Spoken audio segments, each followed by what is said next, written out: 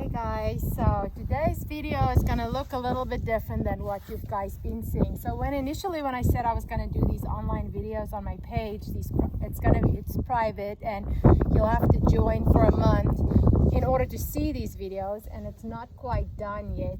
But when I did this, I post a lot of videos on my page, edited videos. It's pretty, it's got music and all of that, and I figured I would love to let you guys kind of see what life looks like when you are training horses, when like not the music and not the pretty, but you know, the growing pains and all of that. Because I feel sometimes a person can look at somebody's horse training or their videos and they think, wow, I want to do that with my horse, I want to do that.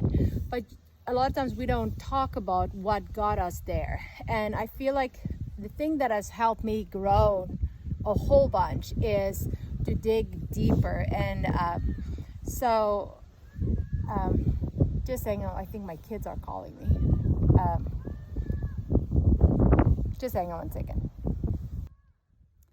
Sorry, I had to stop that video, but what I was getting at is, so a lot of times we see only the pretty, we don't see what got us there. And if I think about like my own and I'm not bragging or talking about myself, I'm a work in progress, believe me. And today is like one of those humble moments. And look how cute she is. I just love this filly. So what happened is, sorry, eventually I will get this right.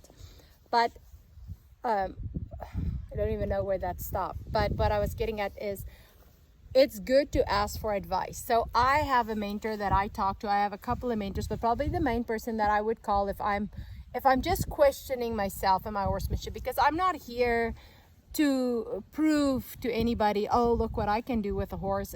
I've been there, and when I'm thinking back about those days where I was, oh, look what I can do, I didn't think that I really have come a long ways. I felt like I knew something, but it wasn't deeper than that. It hasn't become deeper like how it is now, to where I am so open for learning, and if I have to go look in the mirror, I do it. If I feel like I've done something wrong or I don't know, I get on the phone and I call somebody that I know is going to let me think outside the box. So you get mentors that would tell you, okay, yeah, do this and this, put your hand here and put your foot here, and then you're going to get what you want. I've been there. Where I want to be at right now is people telling me or helping me to think outside the box, think deeper. That is what my horsemanship, that's what I want it to be about. I want it to be deeper than the gimmicks and the tricks and all those things. I want it to be like really, really get to the bottom of this. So I don't make this very long. So yesterday I rode this little 3-year-old, Caroline. She's amazing. I love her. And I put a 6 ride on her. She is a very claustrophobic horse. The first day she came, every time you would, if you just pull a little bit too hard on the rope on her face, she'd pull back and flip herself over backwards. And I probably challenge her a little bit too, which I do with most of my horses.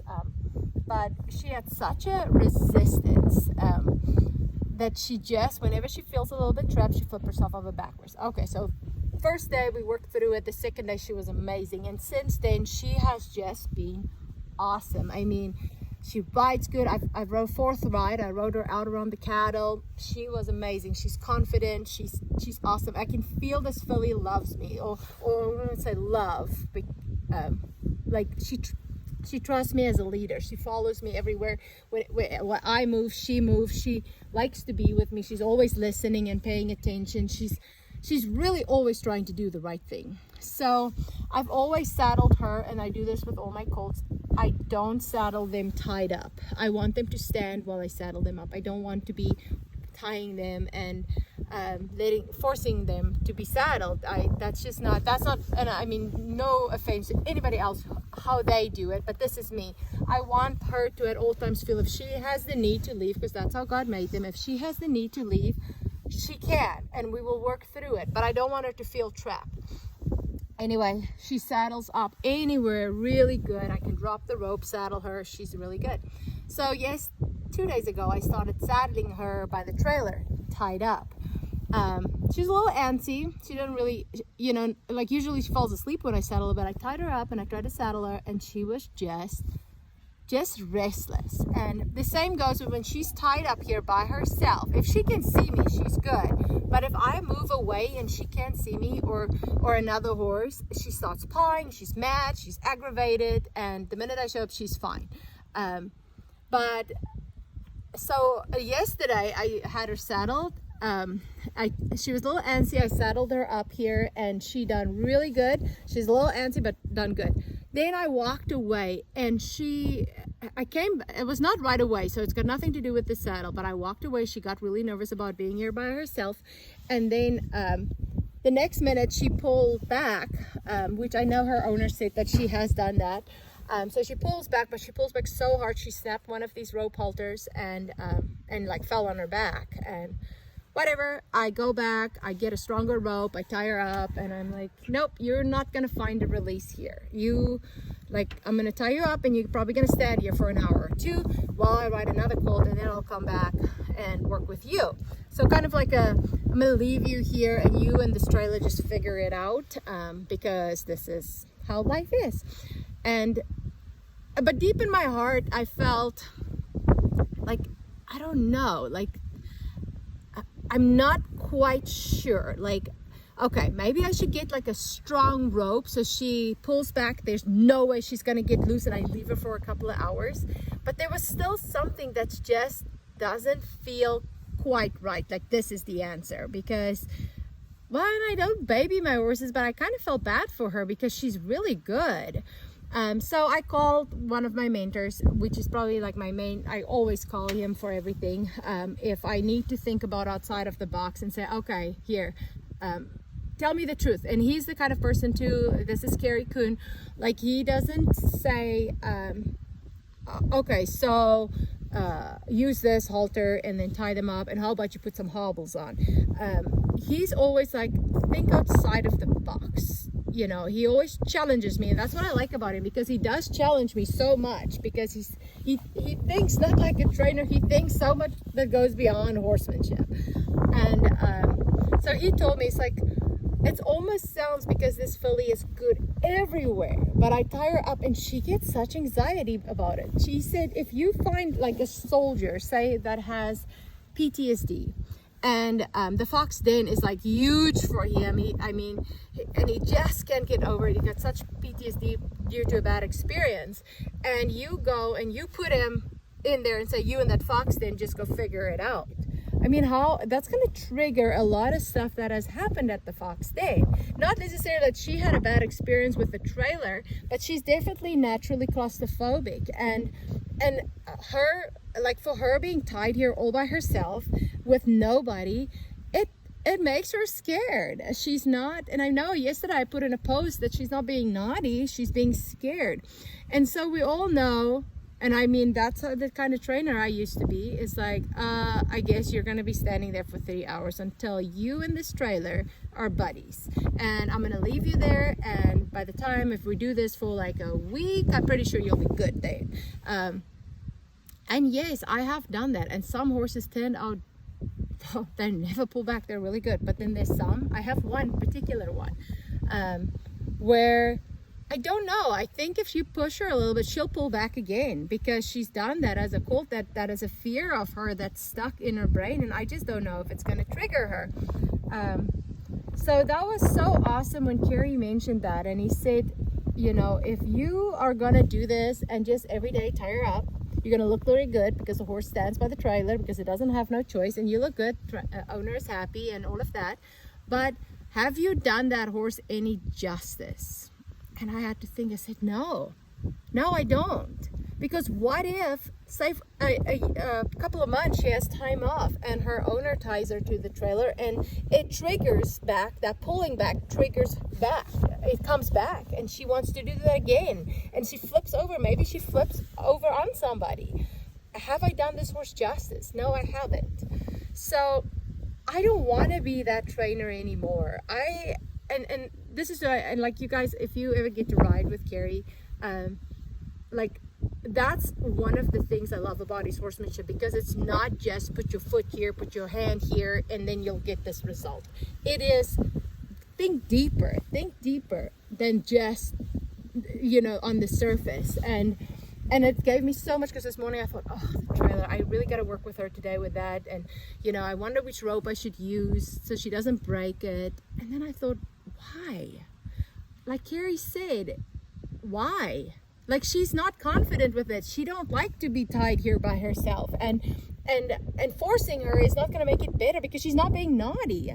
She is literally scared. So I am so thankful for that, because I came back and we had just had a wonderful session. I came here with her. I brushed her. I didn't tie her up. She ties fine when I'm here, but I saddled her by the trailer without being tied. And I saddled her actually 3 times. I saddled her, all of it, took it off, and saddled her again, took it all off, and saddled her again. And she done so good. It was really, really good. And yeah, so my point is, don't be afraid to think outside the box. If the world says my horse paws at the trailer, I'm just gonna hobble it, why not think deeper? And if you get the chance to go ride too with Carrie, I recommend him. If you're open-minded, because if you're not, if your ego is really big, it might be a little bit of a wake-up call, because it's gonna force you to look in the mirror. And then also, if you're a trainer, and I know this video is not yet public for people, but don't be afraid to go ask. Like for me, I don't want to be, oh, look what I can do. I'm here in it just like anybody else. I screw up. Sometimes my time and feeling is off. I am not here to make myself look good. And the reason for these videos is to be very humble and open about it, and to tell you that it's okay to call somebody and say, hey, could I just pick your brain for a little bit as an outsider looking in? What do you think? And you will be surprised at the many answers you get. If I think of how many times I would have just followed my own head, my own ego. I mean, I have grown because I allowed myself to be humble. I allowed myself to go out there and say, look, this is what I want to do, but like, what do you think? And let somebody tell you a different perspective, because I tell you what, she done so good today. I came with a frame of mind today. I'm like, dude, Philly, that's okay. We are going to stand by the trailer. I'm not going to tie you until you are confident enough in yourself. And right now she is not. So, and I will talk with our owner too with this, that as long as it takes, I'm not there anymore. I'm not going to just tie her up and do that. No, because we want to fix this. We don't want to just cover it up and then maybe one day it shows up again. We want to dig deep at all those holes in the foundation and everything. And if I'm doing this, what am I doing? I'm leaving a hole in the foundation. So my advice for today, and actually I only got like 3 people on here yet, but my advice is, don't be afraid to ask for help.